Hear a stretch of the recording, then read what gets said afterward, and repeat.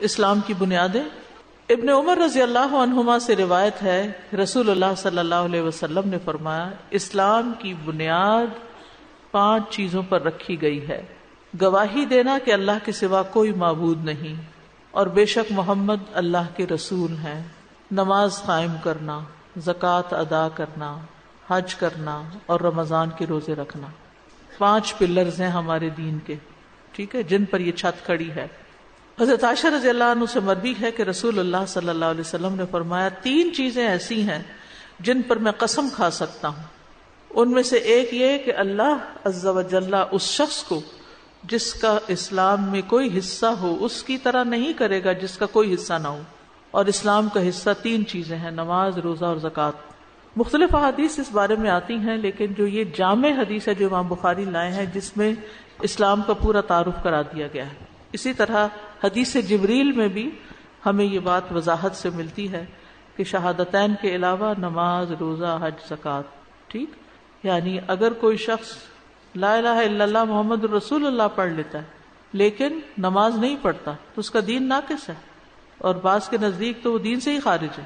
اسی طرح کوئی روزے کا انکار کر دے یا حج کا انکار کر دے یا زکوٰۃ کا انکار کر دے تو وہ بھی اسلام کی بنیادیں ڈھانے والا ہے. تو ان ارکان میں کمی نہ کرنے والوں کے لیے کامیابی بھی ہے.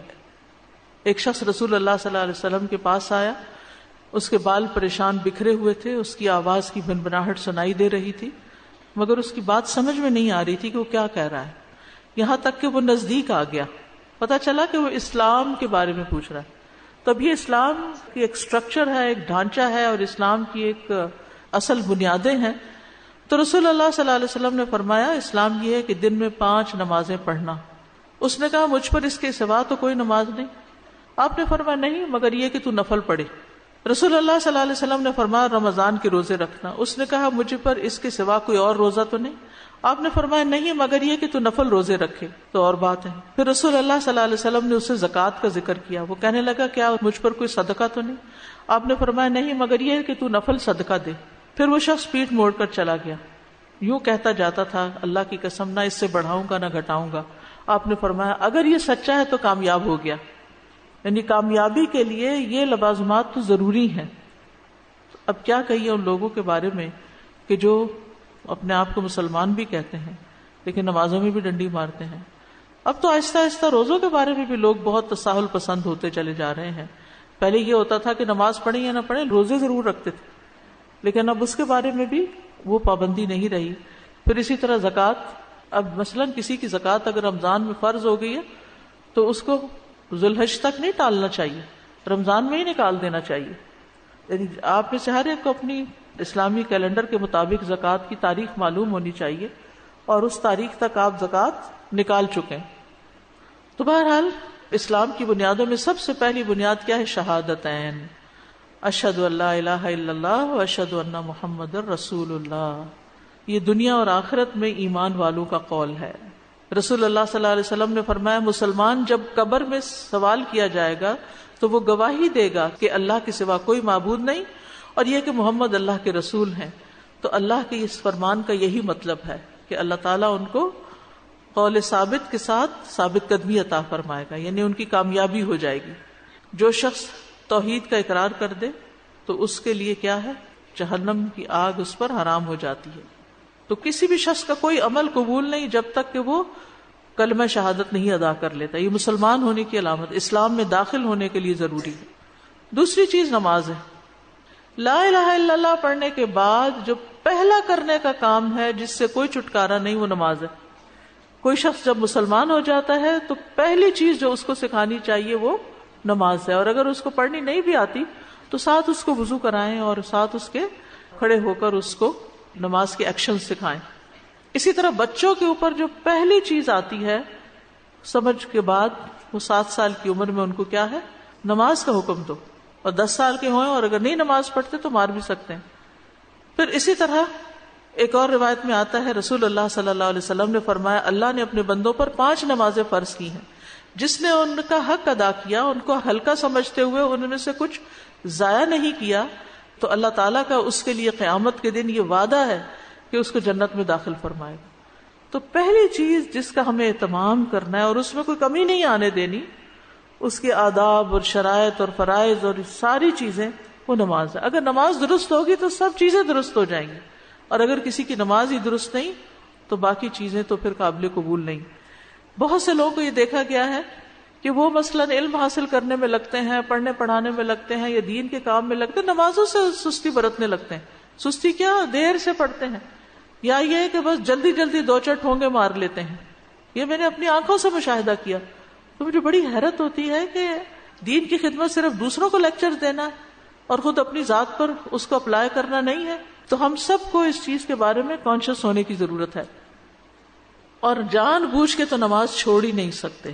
نبی صلی اللہ علیہ وسلم نے فرمایا جان بوجھ کر نماز کو مت چھوڑا کرو، اس لیے کہ جو شخص جان بوجھ کر نماز کو ترک کرتا ہے تو یقیناً اس سے اللہ کی ذمہ داری ختم ہو جاتی، پھر بخشش کی کوئی گارنٹی نہیں ہے. تیسری چیز روزہ ہے. یا ایھا الذین آمنوا کتب علیکم الصیام کما کتب علی الذین من قبلکم لعلکم تتقون.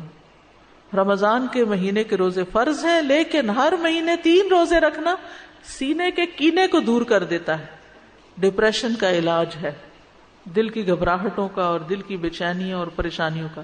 چاہے ایام 20 کے رکھ لیں، چاہے سوموار جمعرات کا رکھ لیں، یعنی ہر مہینے ہر ہفتے ایک روزہ رکھ لیں، تو نیت میں اور ارادے میں رکھیں، کیونکہ ان 3 روزوں کی فضیلت بہت ہے. اسی طرح روزہ مومن کا قلعہ ہے، یعنی برائیوں سے بچاتا ہے، مصیبتوں سے محفوظ رکھتا ہے. انسان روزہ رکھ کے اپنی زبان کی حفاظت کرتا ہے، اپنی نگاہوں کی حفاظت کرتا ہے. انسان کے اندر ایک تقویٰ پیدا ہوتا ہے. یعنی ہم میں سے اکثر لوگ یہ تمنا اور خواہش ہوتی ہے کہ متقی بن جائیں، لیکن اس کے لیے ان چیزوں کا اہتمام نہیں کرتے جو تقویٰ لانے والی ہیں. تو شہادتین اور نماز کے بعد روزہ. چوتھی چیز زکوٰۃ ہے. انسان دیندار نہیں کہلا سکتا جب تک کہ وہ اپنی وقت زکوٰۃ ادا نہیں کرتا. نبی صلی اللہ علیہ وسلم نے فرمایا جس نے اپنے مال کی زکوٰۃ ادا کی بس اس سے اس کے مال کی برائی جاتی رہی، یعنی اس کے مال کو انشاءاللہ نقصان بھی نہیں ہوگا، اور اس کے اندر جو میل کچیل ہے یا کوئی مشتبہ چیزیں آ گئی ہیں تو وہ بھی نکل جائیں گی. مال کو پاک کرنے کا ذریعہ زکوٰۃ ہے ہی پاکیزگی کی بات. اور جو زکوٰۃ نہیں دیتے وہ آخرت پر بھی ایمان نہیں رکھتے. الذین لا یؤتون الزکاۃ وهم بالآخرۃ هم کافرون. تو یہ بھی کفر کی ایک شکل ہے. اور زکوٰۃ نہ دینے والوں کا انجام بہت برا ہے. قیامت کے دن جس چیز کی زکوٰۃ نہیں دی وہی انسان کے لیے سونا چاندی ہو، وہ وبال جان بن جائے گی، جس کی تفصیلات آپ پڑھتے رہتے ہیں. پانچویں چیز حج ہے. حج کی فرضیت ہے صاحب استطاعت پر. وَلِلَّهِ عَلَى النَّاسِ حِجُّ الْبَيْتِ مَنِ اسْتَطَاعَ إِلَيْهِ سَبِيلًا وَمَنْ كَفَرَ. اب آپ دیکھ رہے ہیں نماز سے انکار ہے تو کفر کی بات آئی، زکوٰۃ سے انکار ہے تو کفر کی بات آئی، اسی طرح روزے اور حج سے. تو اسلام کا اپوزٹ کفر ہے. اگر کوئی شخص ان چیزوں کی پابندی نہیں کرتا تو گویا وہ اسلام کی باؤنڈری سے باہر نکلنے لگتا ہے. تو اللہ کے لیے لوگوں پر اس گھر کا حج فرض ہے جو اس کے راستے کی طرف استطاعت رکھتا ہو، اور جس نے کفر کیا تو بے شک اللہ تمام جہانوں سے بہت بے پرواہ ہے. اس فریضے کی ادائیگی میں جلدی کرنی چاہیے. بہت سے ایسے خاندان ہوتے ہیں، امیر ہیں، مالدار ہیں، ریسورسز ہیں، سب کچھ ہیں، لیکن اللہ کے گھر جانے کی طرف دھیان ہی نہیں آتا. دنیا میں اتنے مشغول ہیں، اولاد میں، مال میں اور کاموں میں، کہ حج کا خیال ہی نہیں آتا. رسول اللہ صلی اللہ علیہ وسلم نے فرمایا حج فرض ہونے کے بعد اس کی ادائیگی میں جلدی کیا کرو، کیونکہ تم میں سے کسی کو پتا نہیں کہ بعد میں کیا پیش آنے والا، اگلے سال ہوں گے یا نہیں ہوں گے. اور اسی طرح ایک دفعہ اگر حج کر لیا تو وہ بھی کافی نہیں. رسول اللہ صلی اللہ علیہ وسلم نے فرمایا یقیناً اللہ تعالیٰ فرماتے ہیں جب میں بندے کو اس کے جسم کے لحاظ سے صحت دوں اور اس کی معیشت میں وسعت دوں اور اس پر 5 سال گزر جائیں اور وہ میری طرف نہ آئے تو وہ محروم ہے. جسمانی صحت میں فٹ ہو اور پیسے بھی ہوں تو دوبارہ بھی حج ریپیٹ کرنے میں کوئی حرج نہیں. اور حج مبرور کی جزا جنت کے سوا کچھ نہیں.